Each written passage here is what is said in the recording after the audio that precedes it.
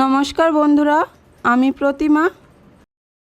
মাছ মাংস খেতে মন না চাইলে শুধুমাত্র দুটো ডিম আর মুসুর ডাল দিয়ে দারুণ স্বাদের এই রান্নাটা বানিয়ে নিতে পারেন। এই রেসিপিটা বানালে মাছ মাংসের দরকার পড়বে না। মাত্র দুটো ডিম দিয়ে খুব সহজেই পুরো পরিবারের জন্য এই রেসিপিটা বানিয়ে নিতে পারেন। পুরো ভিডিওটিতে পাশে থাকার অনুরোধ রইল। এখানে আমি নিয়েছি লঙ্কা, পেঁয়াজ, টমেটো, ডিম আর সাথে নিয়েছি মুসুর ডাল। মুসুর ডাল আগের থেকেই ভিজিয়ে রেখেছিলাম, প্রায় 2 ঘন্টা ভিজিয়ে রেখেছি। দেখিয়ে দিচ্ছি, মুসুর ডাল ভালোভাবেই ভিজে গেছে, দেখুন বন্ধুরা। এরপর জল ঝরিয়ে নিয়েছি। জল ঝরিয়ে নেওয়ার পর এর মধ্যে দিয়ে দিচ্ছি ডিম। দুটো ডিম আমি ফাটিয়ে দিয়ে দিলাম। এরপর এর মধ্যে দিয়ে দিচ্ছি 1/2 চামচ হলুদ গুঁড়ো, 1/2 চামচ লঙ্কা গুঁড়ো, 1/2 চামচ লবণ, 1/2 চামচ ধনিয়া গুঁড়ো দিয়ে দেওয়ার পর মিশিয়ে নিব। ভালো করে মিশিয়ে নিয়েছি। এরপর এখানে একটি মিক্সির জার নিয়েছি ছোট সাইজের। এরপর আমি এর মধ্যে মুসুর ডালের মিশ্রণটা দিয়ে দিচ্ছি। দিয়ে দেওয়ার পর দিয়ে দিচ্ছি 2টো কাঁচা লঙ্কা, দিয়ে দিচ্ছি 1 ইঞ্চ আদা, ছোট ছোট 5 কোয়া রসুন। এরপর দিয়ে দিচ্ছি পেঁয়াজ অর্ধেক। দিয়ে দেওয়ার পর মিক্সিতে বেটে নিব। মিক্সিতে বেটে নিয়েছি, দেখুন বন্ধুরা, মিক্সিতে বেটে নিয়েছি। এখানে একটি পাত্র নিয়েছি। এরপর আমি পাত্রে ঢেলে নিচ্ছি মুসুর ডাল বাটা। নিয়ে নিলাম। নিয়ে নেওয়ার পর এর মধ্যে দিয়ে দিচ্ছি বেসন, 2 চামচ বেসন দিয়েছি।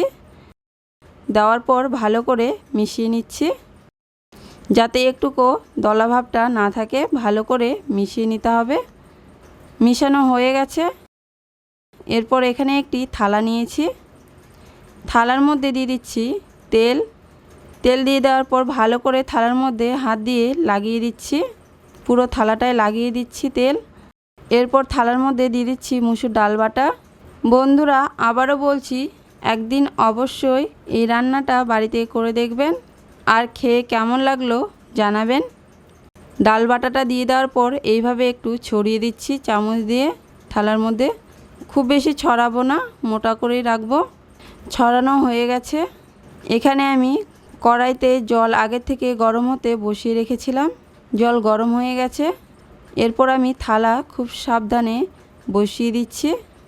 বসিয়ে দেওয়ার পর ঢাকনা দিয়ে ঢেকে দিচ্ছি। কম আঁচে 10 মিনিটের মতো ভাপিয়ে নিয়েছি। এরপর ঢাকনা তুলে দেখে নিচ্ছি। দেখুন বন্ধুরা, খুব সুন্দরভাবে ভাপানো হয়ে গেছে। এরপর আমি নামিয়ে নিচ্ছি। আর জলটাও অনেকটা শুকিয়ে গেছে।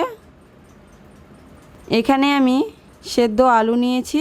সেদ্ধ আলু আমি এইভাবে টুকরো করে কেটে নিয়েছি। এরপর এখানে আমি নিয়েছি লঙ্কা, টমেটো, আদা, রসুন, পেঁয়াজ। ঠান্ডা হতে আমি রেখে দিয়েছিলাম, ঠান্ডা হয়ে গেছে। এরপর আমি কেটে নিচ্ছি চাকু দিয়ে। অবশ্যই ঠান্ডা হয়ে যাওয়ার পরেই কাটবেন, তাছাড়া ভেঙে যেতে পারে। এরপর আমি এইভাবে কেটে নিচ্ছি পিস পিস করে। খুব সহজেই বন্ধুরা এইভাবে উঠে আসবে। সবগুলো আমি উঠিয়ে নিয়েছি। এইভাবে আমি সবগুলো উঠিয়ে নিয়েছি থালা থেকে। দেখুন বন্ধুরা, সাইডের অংশগুলো আমি রেখে দিয়েছি। এরপর আমি গ্যাসে কড়াই বসিয়ে দিয়েছি। কড়াইতে দিয়ে দিচ্ছি সর্ষের তেল। আজকে আমি পুরো রান্নাটাই সর্ষের তেলে করব। তেল ভালো করে গরম করে নিয়েছি। এরপর আমি মুসুর ডাল আর ডিমের ধোকাগুলো ভেজে নিব। তেলে ছেড়ে দিচ্ছি একটা একটা করে। সবগুলো একবারে ভাজা যাবে না, আমি অর্ধেকটা দিয়েছি, 2 বারে ভেজে নেব। এরপর কিছুক্ষণ পর পাল্টে দিচ্ছি এইভাবে। গ্যাসের ফ্লেমটা মিডিয়াম রেখেছি। মিডিয়াম ফ্লেমে ভেজে নিব এগুলোকে। উল্টে পাল্টে নাড়াচাড়া করে ভেজে নিয়েছি। এই রকম কালার চলে আসলেই তুলে নিতে হবে।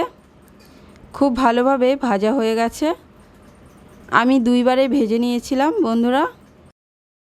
এরপর আমি ওই তেলেই দিয়ে দিচ্ছি আলু, এরপর দিয়ে দিচ্ছি লবণ, দিয়ে দিচ্ছি হলুদ গুঁড়ো, দিয়ে দেওয়ার পর আলু ভেজে নিব। আলুগুলো নাড়াচাড়া করে ভেজে নিয়েছি। আলু ভাজা হয়ে গেছে, তুলে নিচ্ছি।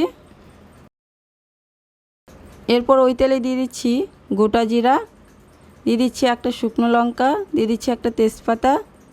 এরপর একটু নাড়াচাড়া করে নিচ্ছি ফোড়নটাকে। এরপর দিয়ে দিচ্ছি পেঁয়াজ কুচি। একটা মিডিয়াম সাইজ পেঁয়াজকে আমি কুচি করে কেটে নিয়েছি, সেটা দিয়ে দিলাম।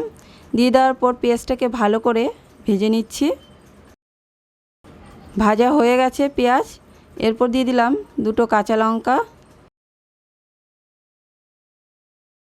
দিয়ে দেওয়ার পর দিয়ে দিচ্ছি আদা রসুন বাটা 1 চামচ। আদা রসুন বাটা দিয়ে ভেজে নিয়েছি কিছুক্ষণ। এরপর দিয়ে দিচ্ছি টমেটো, টমেটো দিয়েও ভেজে নিচ্ছি। এরপর এর মধ্যে দিয়ে দিচ্ছি লবণ, হলুদ গুঁড়ো, লঙ্কা গুঁড়ো, ঝালটা আপনাদের স্বাদ মতো দিয়ে দিবেন। এরপর দিয়ে দিচ্ছি জিরা গুঁড়ো। এরপর সামান্য একটু জল দিয়ে দিচ্ছি। এরপর মশলা ভালো করে কষিয়ে নিব। মশলা ভালো করে কষিয়ে নিয়েছি, টমেটোগুলো গলে গেছে। এই সময় দিয়ে দিব আলু ভেজে রাখা। আলু দিয়ে দেওয়ার পর আরও ভালো করে কষিয়ে নিব। আলু মশলা ভালো করে একসাথে কষিয়ে নিয়েছি, তেল ছেড়ে গেছে। এরপর দিয়ে দিব ঝোলের জন্য জল। এই সময় জলটা একটু বেশি দিতে হয়, কারণ ধোকাগুলো দেওয়ার পর জলটা অনেকটাই টেনে নেবে। গরম জল দিয়েছি এখানে। আপনারা অবশ্যই রান্নায় গরম জল দিয়ে দিবেন, তাহলে রান্নার স্বাদটা ভালো আসে। এরপর আমি ভেজে রাখা মুসুর ডাল আর ডিমের ধোকাগুলো দিয়ে দিচ্ছি। ঝোল ভালো করে ফুটে গেছে। একটা একটা করে ছেড়ে দিচ্ছি ধোকাগুলো। দিয়ে দেওয়ার পর একটু নাড়াচাড়া করে নিচ্ছি। ধোকাগুলো দিয়ে দেওয়ার পর আবারও 5 মিনিটের মতো কম আঁচে ফুটিয়ে নিব। এরপর দিয়ে দিচ্ছি গরম মশলা গুঁড়ো। এরপর দিয়ে দিচ্ছি ঘি। সবশেষে গরম মশলা আর ঘি দিয়ে নামিয়ে নিব। ঝোল আপনারা আপনাদের পছন্দ মতো রাখতে পারেন বন্ধুরা। রান্নার গ্রেভি আপনারা আপনাদের পছন্দ মতো রাখতে পারেন। আমি এই রকম রেখেছি। এরপর নামিয়ে নিব। এইভাবে রান্না করে এরপর পরিবেশন করুন। ভাত, রুটি, লুচি, পরোটা সব কিছুর সাথে খাওয়া যেতে পারে এইভাবে রান্না করে। দেখুন বন্ধুরা, দেখতে কত সুন্দর হয়েছে, খেতেও কিন্তু অসাধারণ হয়েছিল।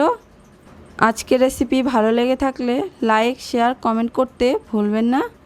আর আমার পরিবারে আপনি নতুন সদস্য এসে থাকলে সাবস্ক্রাইব করে আমার পাশে থাকবেন।